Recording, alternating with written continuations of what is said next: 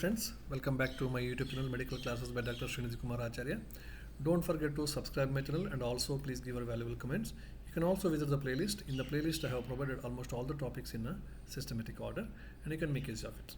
Anyway, so we have seen the last stage of nephrotic syndrome, that is rapidly proliferating glomerulonephritis, and we have seen how it is happening. Now talking about complications. What are the most common complications of nephrotic syndrome? Number one is infections. Bacterial infections during the relapse is very common because nephrotic syndrome is a very gradually progressive stage. Okay, so now as the body immunity falls down, so infections become very common. Now, as a matter of fact, we use steroid as one of the best immunosuppressive agent, and this excess use of the steroids also increase the chance of infections because of immunosuppression. Then infections are common because of excess use of the steroids, number one, which is immunosuppressive, and also decreased immunoglobulins. Immunoglobulins like a complementary fixation factor, so they are losing in the urine. So that also leads to the increased chance of infection. And there is collection of the edema fluid, isn't it? Edema fluid always act as a culture media for the growth. Edema fluid always act as a culture media for the growth of the bacteria. So these are the three important issues because of which infections increases in a patient of a nephrotic syndrome. Number two is protein deficiency. Another important complication is protein deficiency, and because of the protein deficiency there will be development of the edema. Not only development of the edema, immune system is also made up of so many proteins, isn't it? All the immune cells are basically proteins, and when the protein is not there, immune cells are also not properly formed. T lymphocyte, B lymphocytes, they are not properly formed, and local immunity decreases and chance of infection is again more. Similarly, there is decreased perfusion of the spleen due to the hypovolemia. Okay. Similarly, loss of certain complementary factors in the urine, which opsonizes the certain bacteria, and also the spontaneous peritonitis. Now, this point we have to understand. Peritonitis, spontaneous peritonitis, is a very common complication of a nephrotic syndrome. Most frequent infection, that means infection occurs in the peritoneal area leading to peritonitis because collection of the fluid will be there in the peritoneal space, and I told that collection of the fluid itself acts as a culture media for the growth of the bacteria. So this may also lead to urinary tract infection, sepsis, pneumonia, cellulitis. These are also common along with the peritonitis, but peritonitis is more common compared to all these things. Now, what are the other complications? The other complications are tendency of arterial and venous thrombosis. Renal vein thrombosis we have already discussed. It is very common. Deficiency of the clotting factors, yes, because of that antithrombin will be lost. That leads to the problem. Vitamin deficiencies are common. Recurrence will be there. Peritonitis will be there. Discussed. Renal function disturbance in the later part, and consequence of the protein and albumin loss. There will be a lot of edemas. That part we have discussed. Now come to the treatment part in the contemporary part. First episode. Okay, the first episode may be hospitalized or out. In the first episode, patient may be hospitalized or maybe patient treated as an outpatient or for diagnostic, therapeutic, and educational purposes. Sodium intake is restricted, and no extra salt is added to the diet. Okay, and because there will be sodium retention will be already there in patient of nephrotic syndrome, so there is though extra salt should not be added in the diet. Fluid intake should not be restricted. As there is edema, restrict the fluid. No, it's not like that. Fluid intake should not be restricted until and unless edema is very severe. Affected child may attend the school and involve in the tolerable physical activities. Don't restrict the child from attending the school because psychologically it will go into effect. So let him, usually nephrotic syndrome child in the beginning period, so he will be happy looking. He is not a sick looking. Okay, so affected child may attend the school and involve in the tolerable physical activities.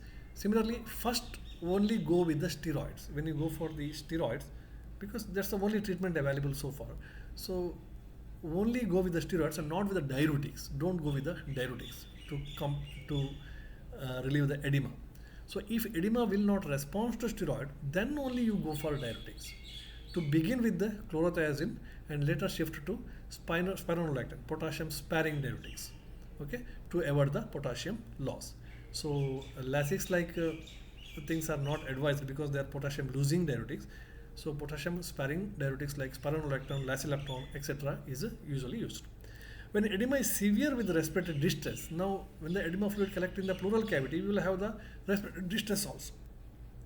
So that time you have to admit the patient in the hospital, and sodium restriction is continued, and the scrotal care, edema can also occur in the scrotal area, so scrotal care should be also given.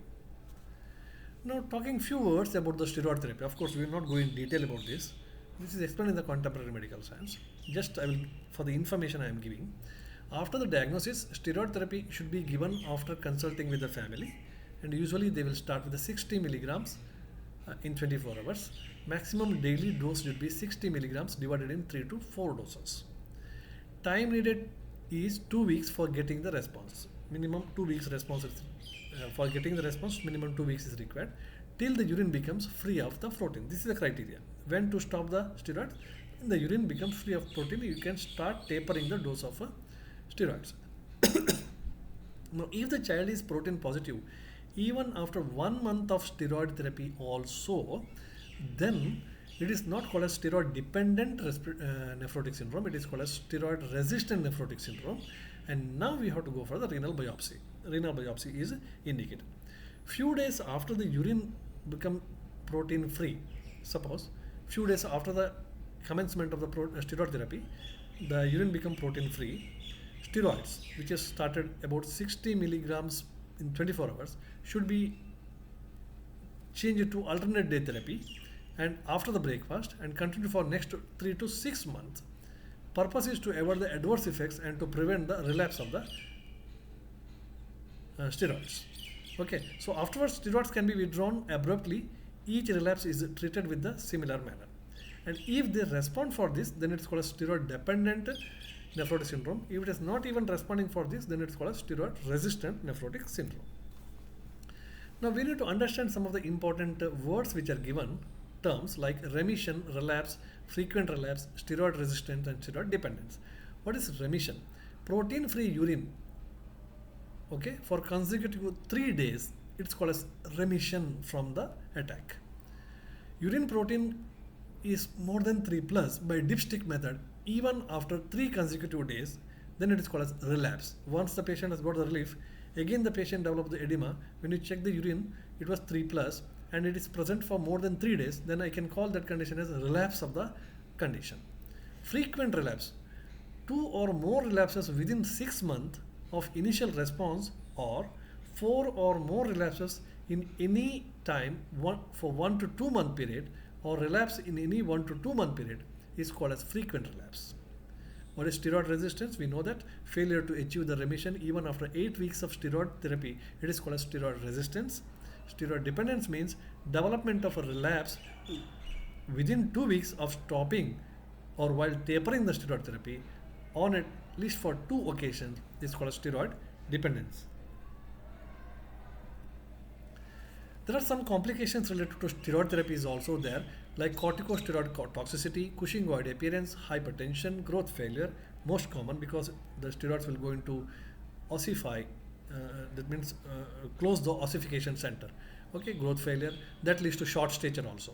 Okay, premature closure of the ossification center, immune suppression, repeated infections, disturbed fat metabolism, and hypercholesteremia. These are the steroid complications.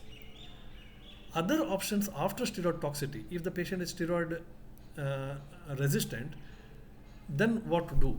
We have to go for some of the other drugs which are having immunosuppression capacity, like cyclophosphamide therapy. These are the anti-malignant drugs, should not be used, but there is no way out. Therefore, they use this cyclophosphamide therapy. Adverse effects are there like leukopenia, disseminated varicella infection, cystitis, alopecia, sterility, etc. Some other drugs like methotrexate and the other anti-cancer drugs, then levimazole and kidney transplantation. These are the other options. What about the prognosis? There will be repeated relapses will be there until the disease relapses spontaneously towards the end of the second decade. Usually the minimal change in nephrotic syndrome, it comes down by the end of the second decade. Okay, that means after 12 years or 13 years we have to take extreme care. Then usually the relapse can take place. Adverse effects of the drug should be explained to the parents and should be handled properly also, and avoid the unwanted drugs also. Psychological effects should be explained, and we should also take the psychological care of the child because of the school missing and all those things. So it is also very, very important. Approach to the treatment, I think this is not required for us. From the next class onwards, we will see the Ayurvedic understanding of the disease and how we can manage diseases in Ayurveda terms. Thank you very much for listening. Please don't forget to subscribe my channel and also please give your valuable comments. Thank you very much.